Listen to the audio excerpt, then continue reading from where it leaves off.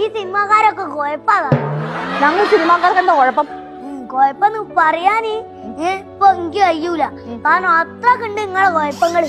ഓ, എണ്ണി പറയാൻ പറ്റാത്ത കുഴപ്പങ്ങളാ സിനിമാക്കാർക്കുള്ളത്. ഞാൻ എന്താ ഇപ്പൊ ഇവിടെ ഉള്ള സത്യങ്ങളൊക്കെ അല്ലേ പറയിപ്പിക്കുന്നത്?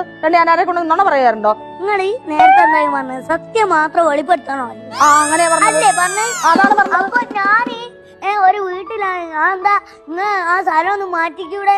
ഇപ്പൊ ആ സ്ഥലത്തേടോ. അപ്പൊ ഞങ്ങള് സത്യം പറഞ്ഞു.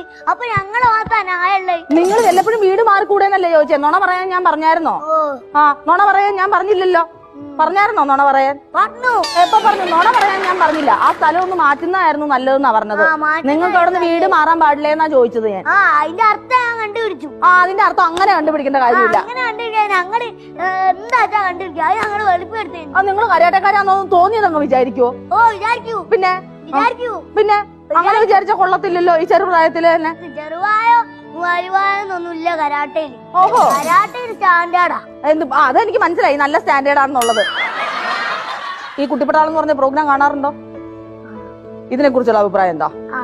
ഇത് കുറച്ച് സ്റ്റാൻഡേർഡ് ആണ്. പക്ഷെ നിങ്ങൾ സ്റ്റാൻഡേർഡ് ആണല്ലോ. ഇച്ചിരി കൂടുതലായി പോയി. ഞാൻ നേരത്തെ തന്നെ പറഞ്ഞില്ലേ, ഒരു ഞെട്ട് കൂടുതലാന്ന് പറഞ്ഞില്ലേ? ഒരു ഞെട്ട് കൂടുതലായിരിക്കും. അതല്ലേ നിങ്ങളൊക്കെ ഒതുക്കണേ ഒരു ഞെട്ട് കൂടുതലാവും. പൈസക്ക് വേണ്ടി വരും ഇങ്ങനെ അധ്വാനിക്കുന്നു. ഞാനേ ഇവരോട് ആരോടും ഇവിടെ ഇരുന്ന് പണി നോക്കാൻ പറഞ്ഞിട്ടൊന്നും അല്ല കേട്ടോ. ഇവരെ എന്നെ പണി എടുപ്പിക്കുന്നതാ ഇപ്പൊ നിർത്തി.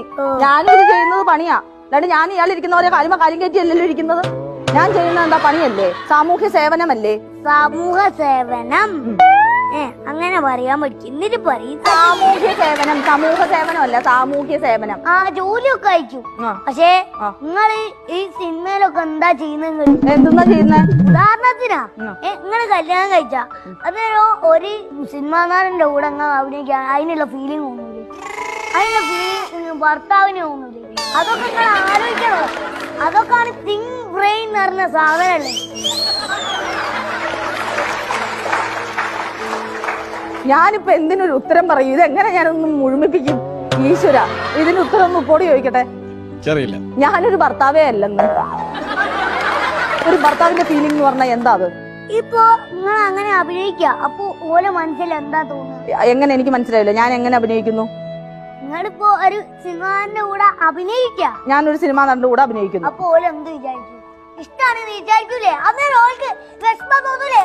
അന്നേരം ഒരു പിരിയൂലേ? അങ്ങനെയുള്ള കാര്യങ്ങളുണ്ട്, പല കാര്യങ്ങളുണ്ട്. എന്ത് വിഷമം? നിയമം നിങ്ങൾ സിനിമാക്കാർ നോക്കുന്നില്ല. നിയമം നോക്കാൻ അഭിനയമായിട്ടും ജീവിതമായിട്ടും കാണാൻ അറിയണം. വിവരവും ബോധവും വേണം. വിവരം നിങ്ങൾക്കാണ്, ഞങ്ങൾ പവറാണ്. പവർ ഉണ്ടായിട്ട് മാത്രം കാര്യമില്ല, മൂളയിൽ എന്തെങ്കിലും ഉണ്ടാവണം കേട്ടോ. മൂളയിൽ ഉണ്ട്, പക്ഷെ നിങ്ങളെ തലയിൽ കളിമണ്ണാണ്. ആയിക്കോട്ടെ, കളിമണ്ണ് വെച്ച് ഞാൻ ജീവിക്കുന്നുണ്ടല്ലോ. കളിമണ്ണ് വെച്ച് ജീവിക്കുന്നുണ്ടാവും. പക്ഷെ ബുദ്ധി ഉണ്ടായിട്ട് ബുദ്ധി ഉണ്ടാക്കി ഞങ്ങൾ ജീവിച്ചോളാം കേട്ടോ. എന്റെ പൊന്നോ.